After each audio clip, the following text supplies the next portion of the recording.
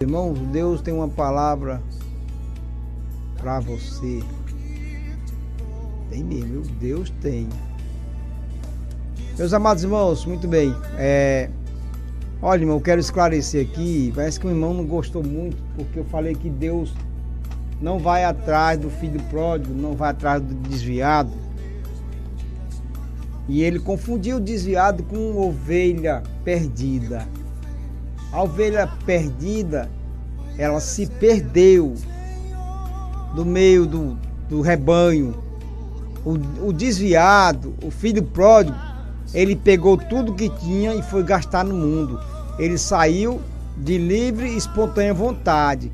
A Bíblia não diz em momento algum que o pai dele foi atrás dele.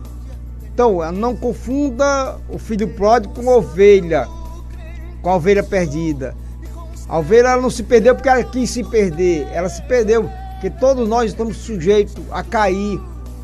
Mas o filho pródigo, ele pediu tudo que tinha direito e foi gastar no mundo. Então não confunda. Outra coisa, irmão, porque está escrito, a gente precisa ter cuidado o que está escrito e o que significa o que está escrito. Veja bem, Isaías diz que ele levou sobre si as nossas enfermidades. Está escrito, mas Isaías não está falando de enfermidade física. Isaías está falando que ele levou sobre si os nossos pecados. A gente precisa entender. Jesus levou os nossos pecados sobre si. Enfermidade, crente ou não crente, adoece e morre. Deus pode curar um enfermo? Pode. Hoje mesmo ele pode curar alguém ouvindo este culto nessa noite, ouvindo essa palavra. Ele pode. O que é que Deus não pode? Deus só não pode pecar. Ele não pode pecar, ele não peca. Ele é santo. Então não há nada que ele não possa fazer, só não pode pecar. Deus não peca. Então, você ouviu quantos anos pregadores dizer que Jesus foi preparar lugar, mas não foi preparar lugar. O lugar está preparado desde a fundação do mundo, embora ele tenha dito. Ele fez uma afirmação: na casa de meu pai há muitas moradas. Ponto e vírgula. Ele está afirmando, ele não foi preparar lugar, como muita gente ensina aí. O céu e o inferno está preparado desde a fundação do mundo. A última obra de Deus foi o homem. Ele fez tudo, faltou só o homem. Ele fez o homem, foi a última obra de Deus. Tá certo? Então a gente precisa entender as coisas. Se dizem que você não tem uma alma, você é uma alma, quando morre se lascou. Morreu a alma. Jesus não pagou o preço pela minha matéria, foi pela minha alma. Eu tenho uma alma. Eu sou uma alma, porque é uma alma vivente, mas eu tenho uma alma. Quando você morre, a sua alma vai embora e fica só a carcaça, fica a matéria. Antes de Adão pecar, ele foi feito do pó. Pecando ou não, ele ia voltar para o pó. O que não morre é aquilo que Deus soprou no barro. Deu vida. Soprou o espírito de vida. Então, meus irmãos, a gente aprende muita coisa. E quando ouve diferente, acha que alguém está querendo ensinar errado. Quantas vezes você não ouve alguém dizer assim: dá-nos o culto. Deus não dá culto a ninguém. Mas eu aprendi assim. Mas não dá culto. Não é porque eu aprendi assim que eu vou morrer assim. É melhor morrer assado, viu? Então segundo Timóteo,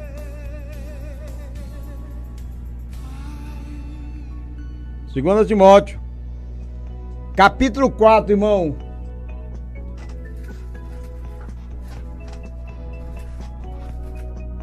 Conjuro-te, pois, diante de Deus e do Senhor Jesus Cristo, que há de julgar os vivos e os mortos, na sua vinda e no seu reino, que pregues a palavra, instes a tempo e fora de tempo, redargos, repreendas, exortes com toda a longanimidade e doutrina, porque virá tempo em que ele não sofrerão a sã doutrina, mas tendo comichão nos ouvidos, amontoarão para si doutores conforme as suas próprias concupiscências, e desviarão os ouvidos da verdade, voltando às fábulas.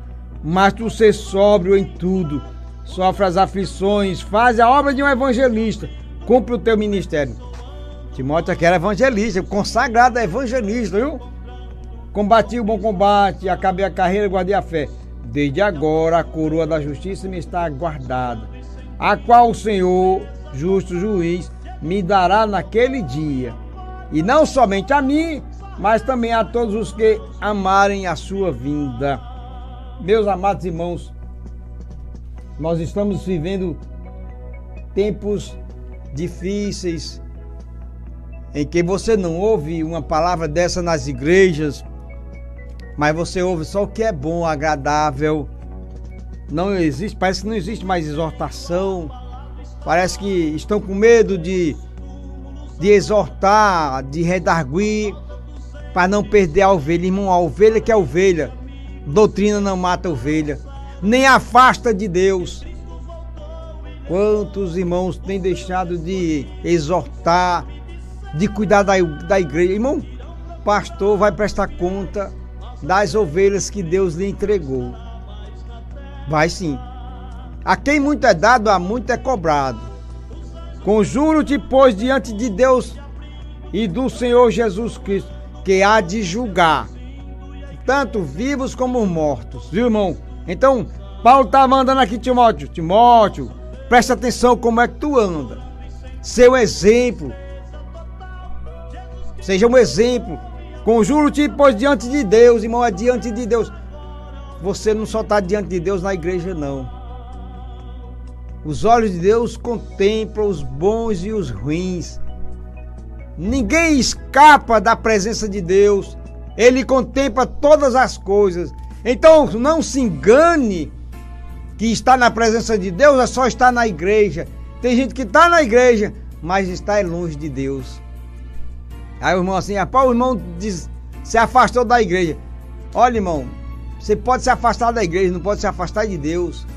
Termina o culto, todo mundo se afasta da igreja, todo mundo vai para casa.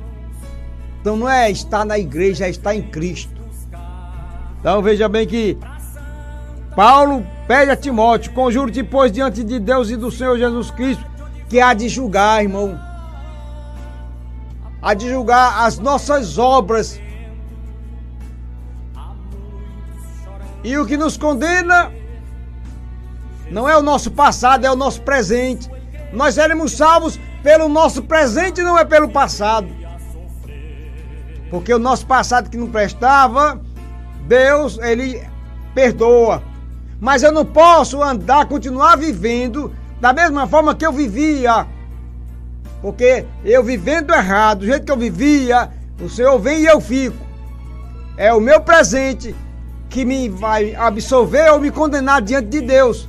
Deus não leva ninguém para o inferno nem para o céu. Jesus veio abrir a porta para você ir para o céu. E o homem escolhe ir para o inferno por causa dos prazeres carnais, por causa do carnaval, a festa da carnalidade que está chegando a hora. Se Jesus voltar na época do carnaval, muitos vão pulando para o inferno, até os desviados. Irmão, o crente, por mais que ele venha se afastar de Deus, ele não sente prazer no mundo. A alma dele chora e ele tem que voltar. Ele tem que reconhecer que está perdido e voltar para a casa do Pai. Que pregues a palavra, instes a tempo e fora de tempo. Redarguas, repreenda, exorte. Irmão, exortar com amor, com cuidado. Não é com raiva. É ensinar com amor, se colocando no lugar daquela pessoa que ninguém é perfeito. Mas eu não posso me esconder atrás da minha imperfeição para continuar a andar errando e fazer o que não presta. Ah, essa guerra não é tua, é o Senhor. Não, irmão. Existe uma guerra que Deus não peleja por você. E que guerra é essa? É a guerra contra o pecado. É você que tem que guerrear contra o pecado. Essa guerra não é de Deus, é minha e é sua. Contra os desejos carnais que fluam na nossa pele. É uma luta constante diária. É vencendo cada dia um gigante. É dizendo não ao pecado. É assim que você vai agradar a Deus. Que pregues redáguas, repreendas, exorte com toda longanimidade e doutrina. Porque virá tempo em que não sofrerão a sã doutrina, irmão. Essa doutrina, irmão, Obadias, não serve para mim, não. Mas eu não estou inventando, é o que está escrito na palavra de Deus. E muitos não ensinam, irmão. Virá tempo, e nós chegamos nesse tempo, que vão procurar um mensageiro que traga palavras gostosas, mensagens bonitas, maravilhosas, que afague o ego. E vão procurar, virá tempo em que não sofrerão a sã doutrina. A palavra entra no ouvido, sai no outro e não faz efeito, está morto. Porque morto não sente nada. Mas aqueles que estão vivos procuram se adequar à palavra e aceita a doutrina, porque a doutrina só faz bem à alma. Doutrina não mata, ela ressuscita até. Não sofrerão a sã doutrina, mas tendo comichão nos ouvidos. Procura hoje em dia, estão procurando uma igreja que lhe agrade. Palavras bonitas, é só bênção, é só vitória. Mas não sofrerão, tendo comichão nos ouvidos, amontoarão para si doutores conforme a sua fábula, conforme o seu desejo. Vão procurar alguém que lhe agrade. A igreja que mais parece com ele. E hoje tem para todos os gostos.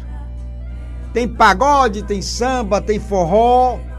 Tem tudo entrando na igreja. Irmão, se eu era um forrozeiro e me converti, eu não sou mais forrozeiro. Mas hoje em dia não está havendo conversão, está havendo convenção. Estão se convencendo. Porque permanece do mesmo jeito. E desviarão os ouvidos da verdade. Não serve para mim essa palavra, não serve não. Esse irmão aí, ele só fala de exortação. E eu queria ouvir uma palavra diferente, que me aceite do jeito que eu sou. Voltando às palavras. Mas se tu sóbrio em tudo, irmão, seja sóbrio. Zele pela sua alma, porque ela vai prestar conta com Deus. E você é o responsável diretamente pela sua alma.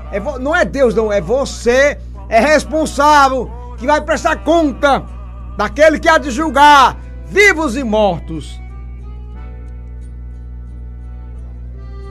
Você sofre tudo, sofre as aflições, cumpre o teu ministério.